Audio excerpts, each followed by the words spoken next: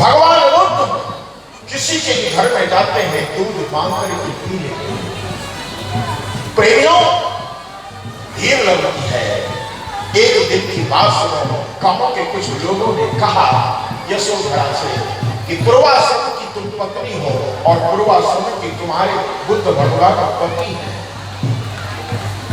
सारी दुनिया उनके दर्शन के लिए उलट पड़ी है, लेकिन तू एक भी दिन अपनी पति के दर्शन करने के लिए नहीं जाता है, एक भी दिन कथा श्रवण करने के लिए नहीं जाता है।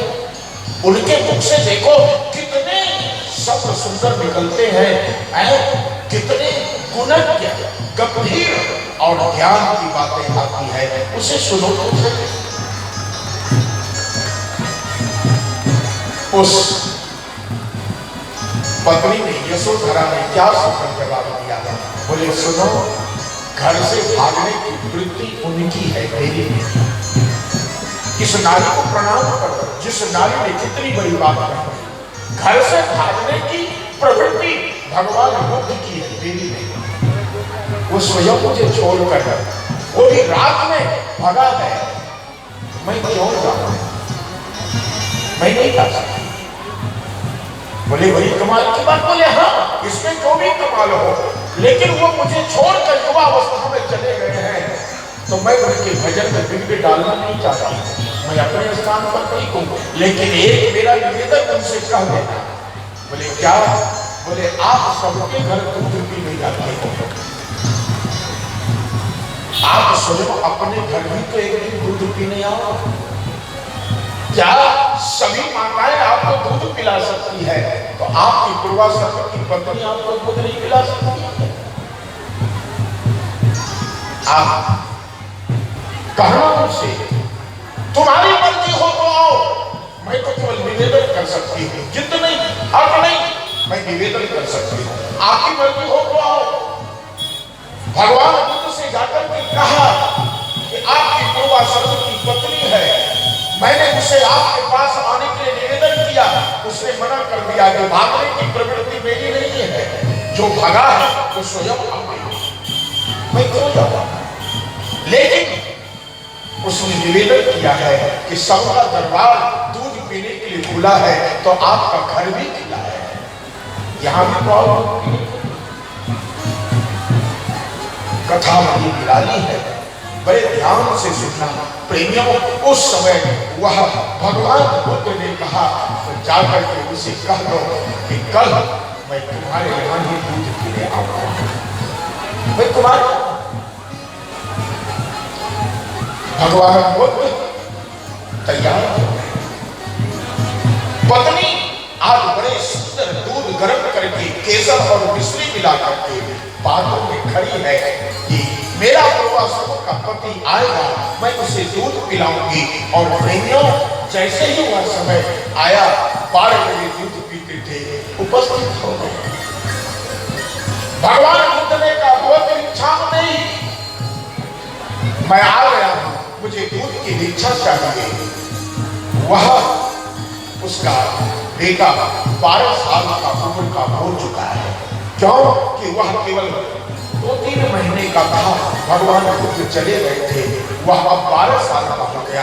साथ में उसको लेकर के और दूध का पात्र लेकर के दरवाजे पर आती है।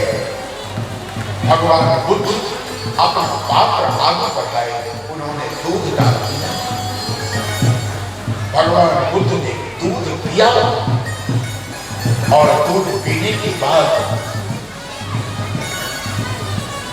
खड़े। यशोधरा ने कहा कि भगवान, मैंने ये सुना है कि विश्व का कोई व्यक्ति किसी भी प्रकार का प्रश्न करे, आप उसका उत्तर तुरंत देते हो।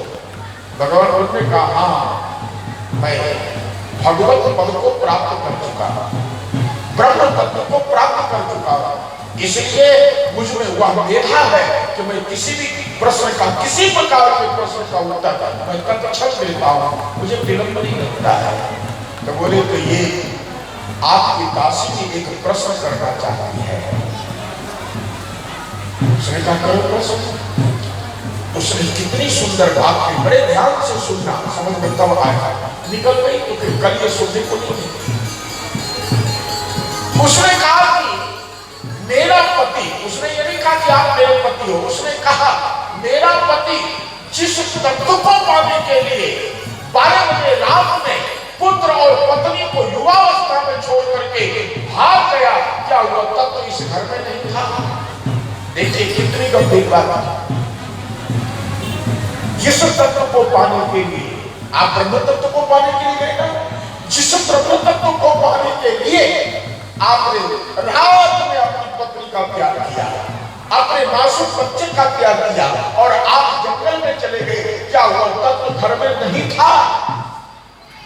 यदि ब्रह्म सर्वत्र है तो ब्रह्म का तत्व भी सर्वत्र है। क्या घर में नहीं था? क्या जंगल में ही वह तत्व प्राप्त कर सकता है? क्या घर के अंदर उस तत्व को कोई प्राप्त नहीं कर सकता है? भगवान बुद्ध असमंजस में कर गए, पास है ब्रह्म तत्व कहां नहीं है बताओ? बड़े बड़े महात्मा जंगलों में जाकर के जिस तत्व को प्राप्त किया है, सबने ने उस तत्व को झाड़ू लगाकर प्राप्त किया है। बड़े बड़े महात्माओं ने अग्नि में समाधि लेकर के, जल में समाधि लेकर, ना जाने कितनी कठिन तपस्या करके जिस तत्व को पाया, उस तत्व को मीरा ने विरोधियों के बीच में रह करके पा लिया। नहीं पा लिया बोलो, सारे परिवार के जन उसका विरोध कर रहे हैं, गालियां दे रहे हैं, लेकिन मीरा ने उस विरोध के बीच में उस तत्व को प्राप्त कर लिया। क्या वह तत्व घर में नहीं था?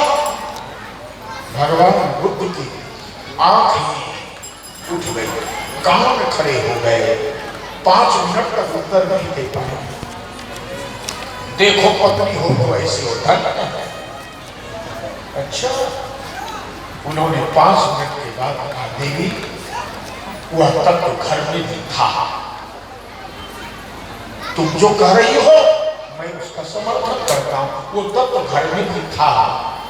तो फिर मेरा पति घर को छोड़कर उस तत्व को पाने के लिए युवावस्था में पत्नी को छोड़कर चला गया। भगवान बुद्ध ने कहा मेरी भी बात तुझे माननी पड़ेगी। बोले क्या? बोले वो तत्व घर में ही था, लेकिन जीव जब तक भटकता नहीं है तब तक उसको पता चलता है। कितनी सुंदर बात है। जब तक जीव भटकता नहीं तब तक उसको पता चलता नहीं। मैं जब भटका, गर्दन की ठोकर खाया, तब मुझे पता चला कि वह तत्व घर में ही था, जिसको पाने के लिए मैं जंगल में गया। क्या सुंदर बात है। लेकिन इस बात को सुनकर के यशोधरा कहती है ये आपकी बुद्धि की दलील है, ये आपकी बुद्धि की दलील है कि बिना भटके वो तत्व प्राप्त नहीं होता है। ठीक है, आपने कह दिया, लेकिन एक बात सुन लो। बोले क्या? बोले ये आपके वीर्य से ये बच्चा पैदा किया है।